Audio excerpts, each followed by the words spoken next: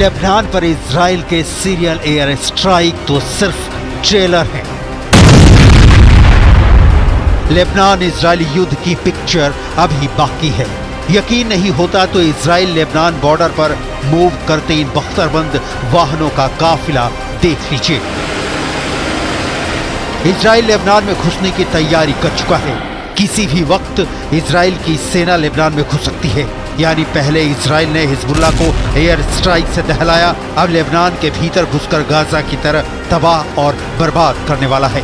Thousands of Iranian-backed Hamas terrorists from Gaza burst into Israel in pickup trucks, on motorcycles, and they committed unimaginable atrocities.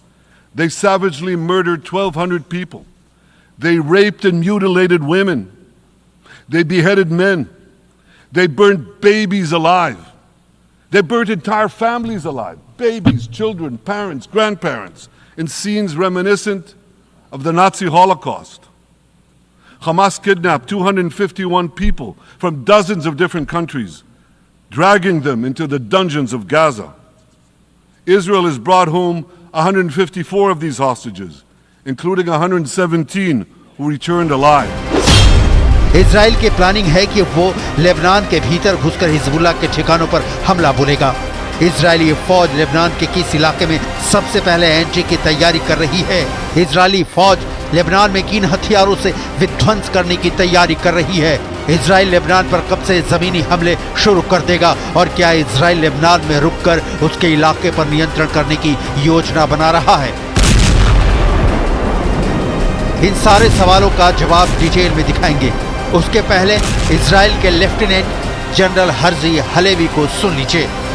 כאן למעלה, אנחנו תוקפים כל היום, גם כדי להכין את השטח לקראת האפשרות של הכניסה שלכם, וגם כדי להמשיך לפגוע בחיזבאללה.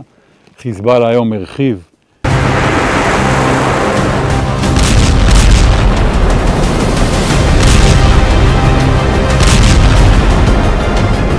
Lebanon में ground attack करने का Israel का plan तब सामने आया है जब हिजबुल्लाह ने कहा कि उसने तेल अवीव के बाहरी इलाके में इजराइल की मोसाद जासूसी एजेंसी के मुख्यालय को निशाना बनाया है। गाजा पर इजराइल के हमले के करीब साल भर में यह पहला ऐसा वाकया है जब उसने कोई बैलिस्टिक मिसाइल दागी है और अब अपने घातक टैंक का मुंह लेबनान की ओर मोड़ दिया है। यह वो टैंक है जिसके बारे में कहा जाता है कि इसका तोड़ पूरी दुनिया के पास नहीं है। इस टैंक में ऐसे मॉडर्न और इंटीग्रेटेड हथियार हैं जिसकी वजह से यह दुश्मन पर भारी पड़ेगा। साथ ही ऑपरेशनल क्षमता और इसका 360 डिग्री एक्टिव डिफेंस सिस्टम इसे काफी ताकतवर बनाता है। मार्कवा टैंक को इस मकसद के साथ तैयार किया गया है कि ये क्रू की रक्षा कर सके। यही इसका प्राथमिक लक्ष्य है और बाद में दुश्मन पर हमला करे। मरकावा का 5वां संस्करण सबसे एडवांस्ड है।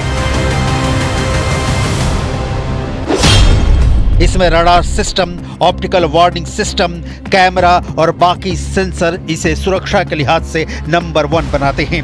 मरकवा 160 mm की mortar gun, 12 smoke grenade launcher के साथ 48 राउंड गोले से लैस है। इसका वजन 65 टन है। इसकी लंबाई 9 मीटर है। मरकवा टैंक सड़कों के साथ साथ रेत पर भी चलने में सक्षम है। टैंक की मारक क्षमता भी जोरदार है। इसे चलता फिरता बंकर कहा जाता है जिस पर किसी भी गोले का कोई असर नहीं होता। रक्षा विशेषज्ञों के मुताबिक टैंक के सेंसर और डिजिटल प्रोसेसिंग भी वॉर जोन में बाकी टैंकों और हथियारों के साथ आपस में जुड़े रहते हैं। इसी वजह से मरकावा नेट सेंट्रिक क्षमताओं वाला पहला टैंक बन गया है। इजरायली सेना ने 3 दिनों में लेबनान में हिजबुल्लाह के 2000 से अधिक ठिकानों को निशाना बनाया है।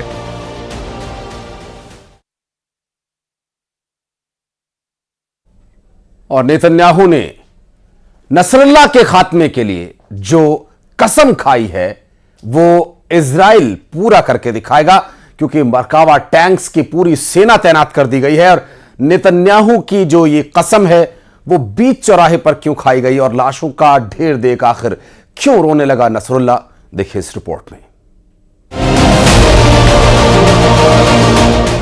इजराइल और हिजबुल्लाह लेबनान की सीमा पर तब से लड़ रहे हैं जब गाजा में युद्ध शुरू हुआ।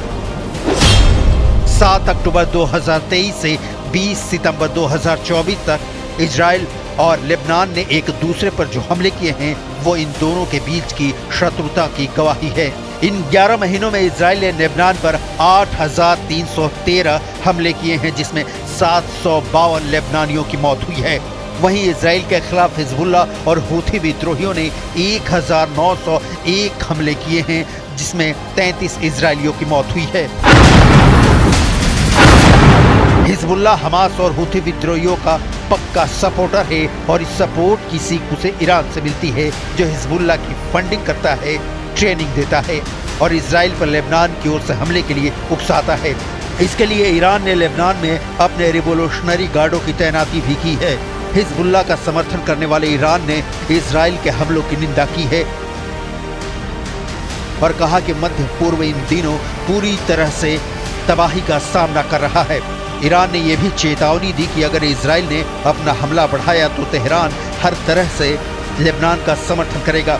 इस बीच इजराइल के पीएम बेन्यामिन नेतन्याहू ने कसम खाई है המדיניות שלנו היא ברורה. אנחנו ממשיכים להכות בחיזבאללה בכל הכוח. ואנחנו לא נפסיק עד שנשיג את כל יעדינו, ובראשם החזרת תושבי הצפון לבטחה לבתיהם.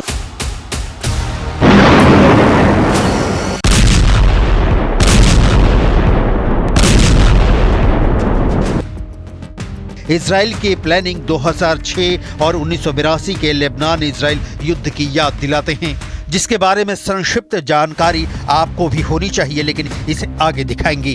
इस वक्त इजराइल लेबनान में घुसकर क्या हासिल करना चाहता है, उसकी रिपोर्ट देखिए।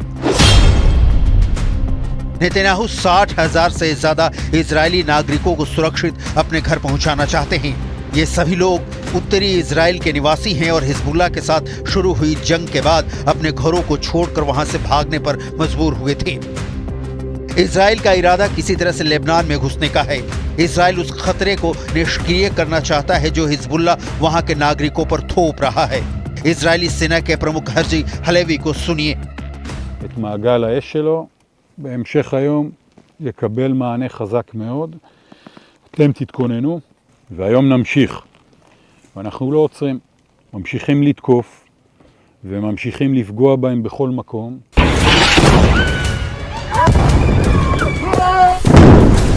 इजराइल का पहला लक्ष्य हिजबुल्ला लड़ाकों पर हमला करके उनको दक्षिणी लेबनान में लितानी नदी के उत्तर से किसी भी तरह पीछे धकेलना होगा।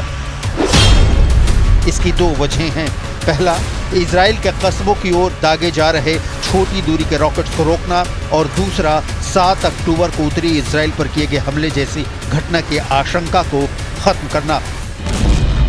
इसके लिए इजरायली सेना की प्लानिंग है कि वो लेबनान के गांवों में घुसेगी जहां हिजबुल्ला ने कई सैनिक चौकियां बना रखी हैं।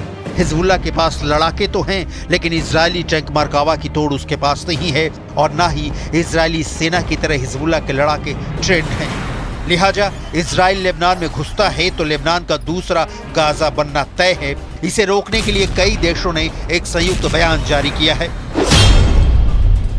जिसमें अमेरिका, फ्रांस, जर्मनी, सऊदी अरब, कतर, संयुक्त अरब अमीरात जैसे देशों ने इजराइल लेबनान सीमा पर तत्काल 21 दिन के युद्ध विराम की अपील की है। भारत ने एक एडवाइजरी जारी कर भारतीयों से अगली सूचना तक लेबनान की यात्रा नहीं करने का आग्रह किया है।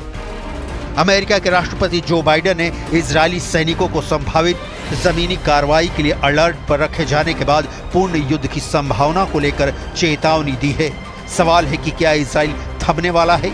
इस उम्मीद की कोई तस्वीर दूर दूर तक नहीं दिख रही, क्योंकि हमास, हूथी और हिजबुल्ला के खिलाफ बेन्यामिन नेतन्याहू ने कसम खाई है कि जब तक तोड़ेंगे नहीं तब तक छोड़ेंगे नहीं।